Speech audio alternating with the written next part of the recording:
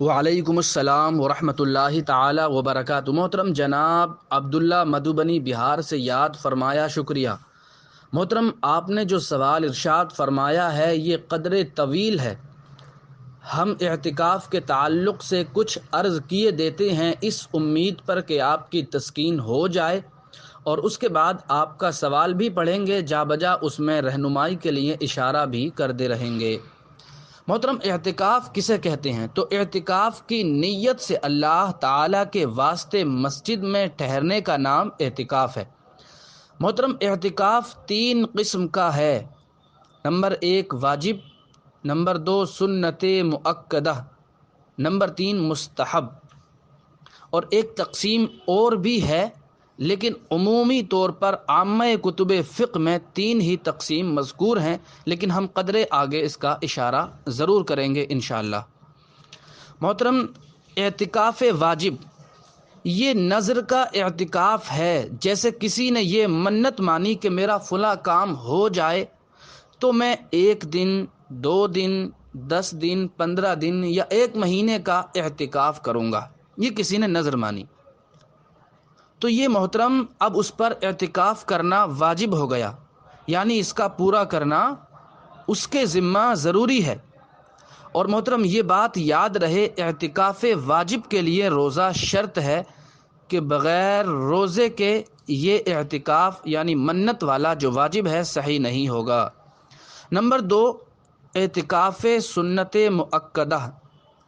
محترم سنت مؤکدہ یہ رمضان کے پورے عشرہ اخیرہ یعنی آخر کے 10 دن میں کیا جاتا ہے، اور کیا جائے حکم بھی یہی ہے، یعنی 20ویں رمضان کو سورج ڈوبتے وقت اعتکاف کی نیت سے مسجد میں موجود ہو، اور 30ویں کو سورج ڈوبنے کے بعد یا 29ویں کو چاند ہونے کے بعد نکل آئے۔ اگر 20ویں تاریخ کو بعد نماز مغرب اعتکاف کی نیت کی، سمجھ آ رہی بات، یعنی 20ویں رمضان کو سورج ڈوبنے کے بعد اعتکاف کی نیت کی تو یہ سنت مؤکدہ ادا نہ ہوگی۔ سمجھ آ رہی بات؟ اور محترم یاد رہے یہ اعتکاف جو سنت مؤکدہ ہے یہ سنت مؤکدہ کفایہ ہے۔ اگر سب چھوڑ دیں بستی کے لوگ تو سب پکڑے جائیں، اور اگر ایک نے بھی کر لیا تو سب چھٹ جائیں۔ اور محترم یہ سنت مؤکدہ والا جو اعتکاف ہے اس میں بھی روزہ شرط ہے، مگر وہی رمضان کے روزے کافی ہیں۔ سمجھ آ رہی ہے بات؟ یعنی بغیر روزے کے یہ والا بھی اعتکاف صحیح نہیں ہوتا ہے۔